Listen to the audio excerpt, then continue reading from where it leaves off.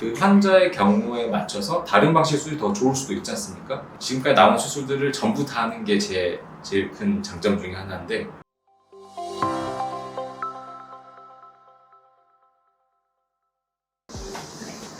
안녕하세요. 신세계서울병원의 척추진료라고 있는 김영호입니다.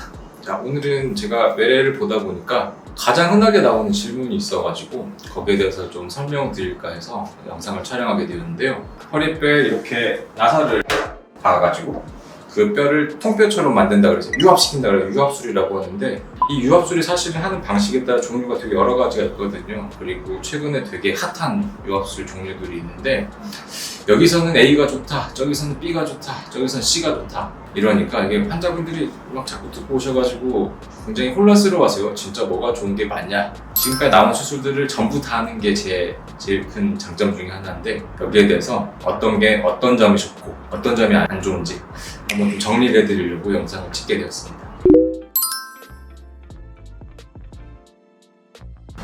이제 허리뼈를 옆에서 보면은 이렇게 생겼고 앞에서 보면 이렇게 생겼는데, 이게 구조가 이런 식이잖아요, 그죠?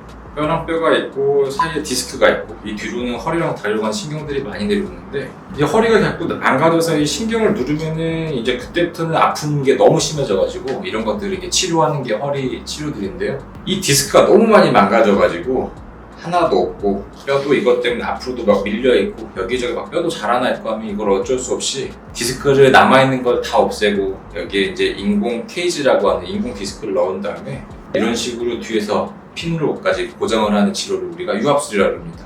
이렇게 이 뼈랑 이 뼈를 통뼈처럼 만든다 그래서 유합술이라고 하는데, 원래 전통적으로는 이렇게 사람이 누워있으면 이만큼 피부절개를 하고 들어가서 이제 근육 쌓는 막도 벗기고 근육도 벗기고 인대도 벗기고 뼈도 다 없애고 신경들이 이렇게 막 치우고 하면서 수술했었는데, 이제 이렇게 하다 보니까 좀 문제들이 많았어요. 일단 아프기도 엄청 아프고 신경도 많이 다치고 하니까 자꾸 의사들이 이제 이걸 어떻게 하면 더 결과가 좋게 신경도 안 다치고 힘도 빠르게 만들려고 여러 가지 유합술 방법들이 나오거든요.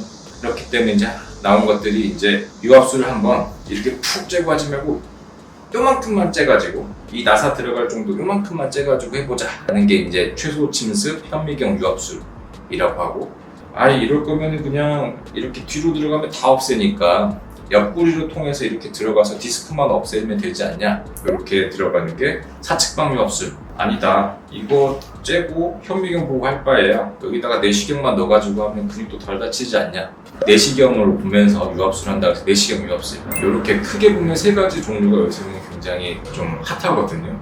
그래서 이제 환자분들이 유합술 해야 되는지는 알겠는데 도대체 뭐가 더 좋은지, 그렇다면 이 수술법 뭐가 안 좋은지 잘 모르시니까 이제 오셔서 여쭙게 되고, 아무래도 이것들 중에 이제 한 가지 방식만 고수한 선생님이라면 그 한 가지 방식에 대한 수술은 훨씬 잘 하실 수 있겠지만, 그 환자의 경우에 맞춰서 다른 방식 수술이 더 좋을 수도 있지 않습니까? 이제 이런 경우는 조금 간과하실 수가 있기 때문에 각각의 장단점을 파악하고 이게 더 낫다, 이게 어떻게 안 좋은가, 이런 것들을 좀 알고 계시는 게 도움이 많이 되실 것 같아요.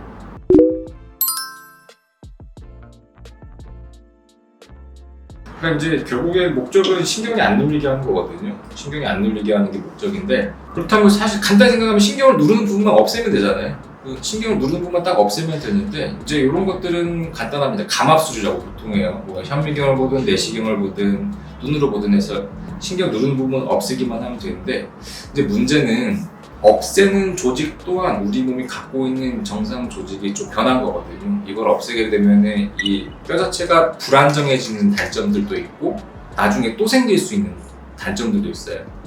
그래서 의사들이 보기에 이게 얼마 안 가서 다시 아플 것 같고, 없애만 준 걸로는 이제 아픈 게 조금 많이 안 나아질 것 같다 라고 하면 그 마디를 완전히 고정을 해버리는 게 낫겠다 라고 판단이 될 때가 있거든요. 이제 그때는 이렇게 유합술을 해요. 사실은 원래는 좀 반대예요. 원래는 예전부터도 다 조금만 안 좋으면 전부 유합술을 하자가 원래 이 기본 원칙이었는데, 이 유합술이 갖고 있는 단점들이 좀 몇 가지가 있거든요.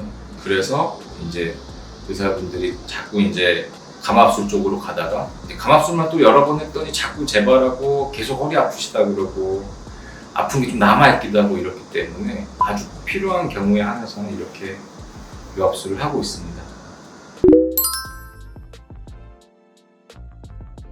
이제 그걸 좀 케이스를 가지고 좀 몇 가지를 좀 보시는 게 좀 나을 것 같아요. 이제 이 환자분은 제가 얼마 전에 수술하신 분인데 이 오른쪽 사진이 수술 전 사진이고 이 왼쪽 사진이 수술 후 사진이에요. 이제 이분은 여기 마디에서 보면은 원래 이 디스크가 이렇게 높고 튼튼하신 분인데 이 마디에서는 디스크가 다 가라앉고 뼈도 이렇게 있던 게 이제 가라앉고 뒤틀리는 문제가 생긴 거거든요. 이제 이런 분들은 이제 걷기가 좀 힘드세요. 이게 움직일 때마다 뼈가 흔들흔들거려서 허리도 아프고 움직일수록 뒤에서 이제 신경이 더 많이 눌리기 때문에 다리가 당겨가지고 잘 못 걸으시거든요. 그래서 이분도 이제 1년 반 정도를 같이 뵀던 분인데 계속 이제 아프고 힘들어하시고 약 먹고 주사 맞고 해도 부작용만 나지 별 효과가 없으셔서 이제 수술을 좀 고려하게 되었는데 이제 이분이 큰 문제가 일단 뼈가 너무 약하세요. 결국 이제 이 뼈랑 뼈 사이 안으로 인공뼈를 넣어야 되는데 뼈가 너무 약하면 그 인공뼈 같은 케이지가 뼈를 파고들거든요. 뼈가 약할 때는 사측방 유압술로 하는 게 굉장히 좋습니다.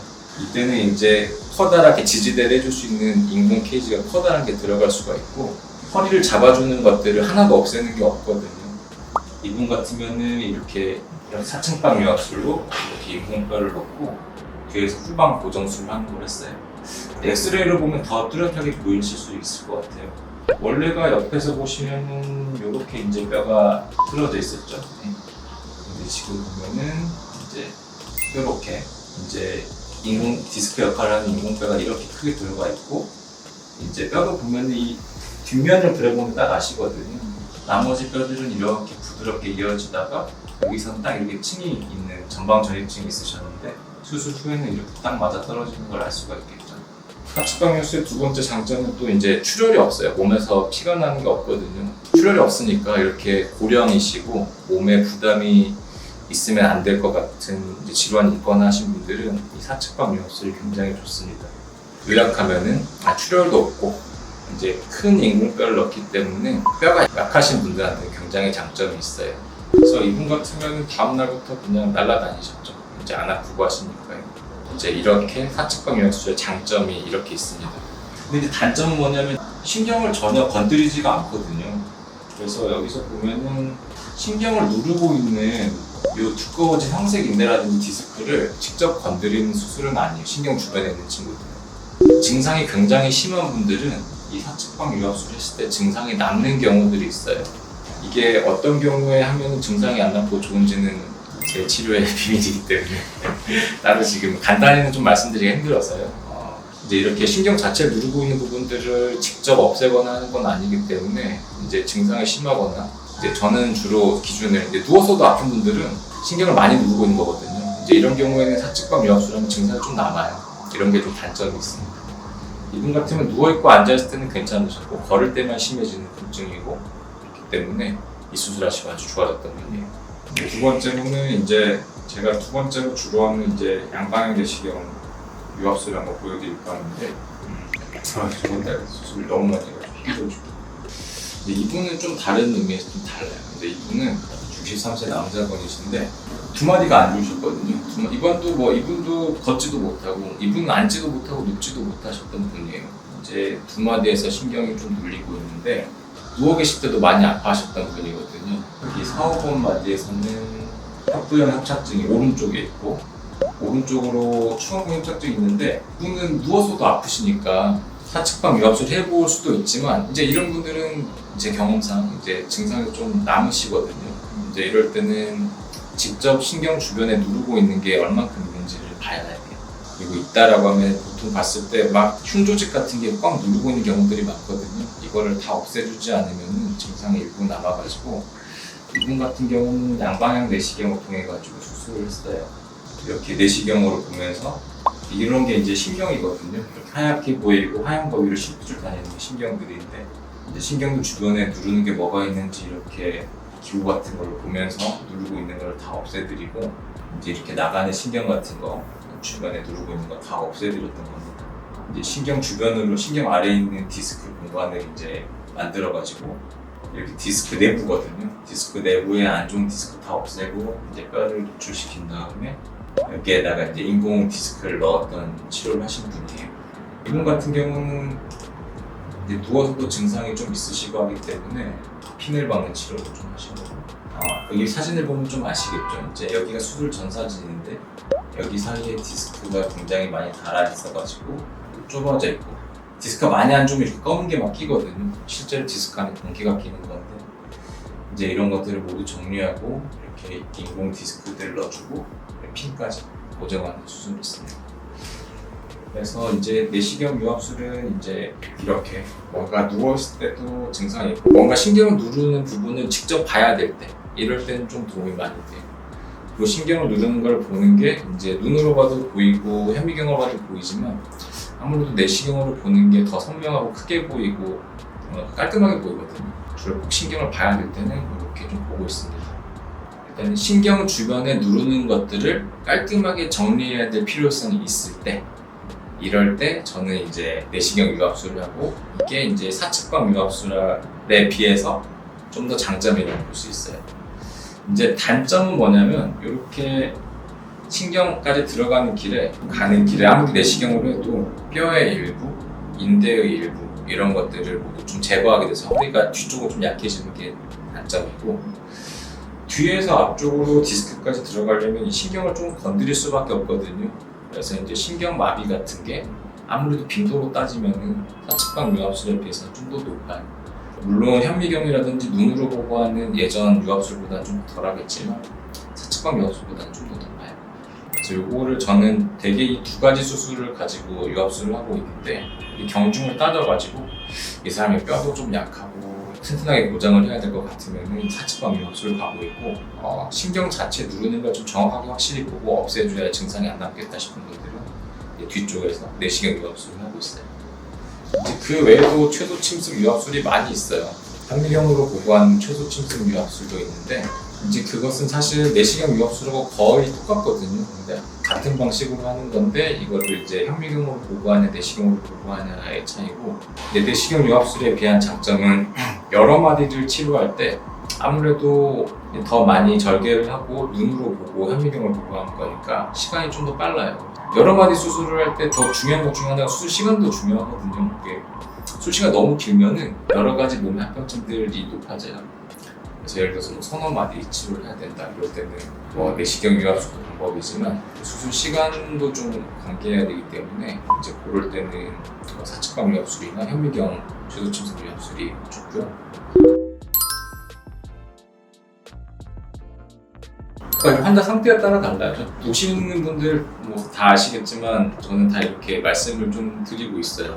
사실 이제 제가 하는 유압술의 종류가 뭐 이렇게 있는데 뼈도 약하시고 이제 연세도 좀 있고 지병도 있고 하시기 때문에 사측방 유압술로 하는 게 좋겠다. 또는 이제 사진을 보니까 신경 누르는 부분이 너무 커서 이거 사측방 유압술보다는 직접 신경을 약간 위험성이 있더라도 양방 내시경을 보면서 신경 누르는 걸 전부 다 없애주는 내시경 유압술 하시는 게 좋겠다 이렇게 이제 말씀을 좀 드리고 있고요. 이 외에도 또 드물게 아주 예전 고전 방식으로 쭉 째고 하는 수술이 나을 때도 있어요. 이제 허리가 막 이렇게 휘어 있는 분들은 사실 이제 교정을 좀 해야 되거든요. 교정을 할 때는 덜 아프게 하는 치료보다는 좀 완벽하게 딱 뚝딱뚝딱 고치는 게 좀 낫다라고 생각될 때는 이제 예전 방식으로 완전히 좀 많이 아프실 수는 있지만 완전히 절개를 하고 이제 교정하는 걸 좀 권할 때도 있고 그렇습니다.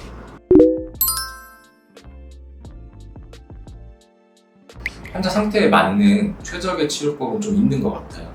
그리고 그 치료법의 종류가 허리는 좀 많이 있기 때문에 이 치료들을 모두 할 줄 아시는 분께 가서 한번 상담을 해보시고 상담을 하고 이제 문답을 하시다 보면은 어떤 게 나한테 제일 맞는지 어느 정도 답이 나오시거든요.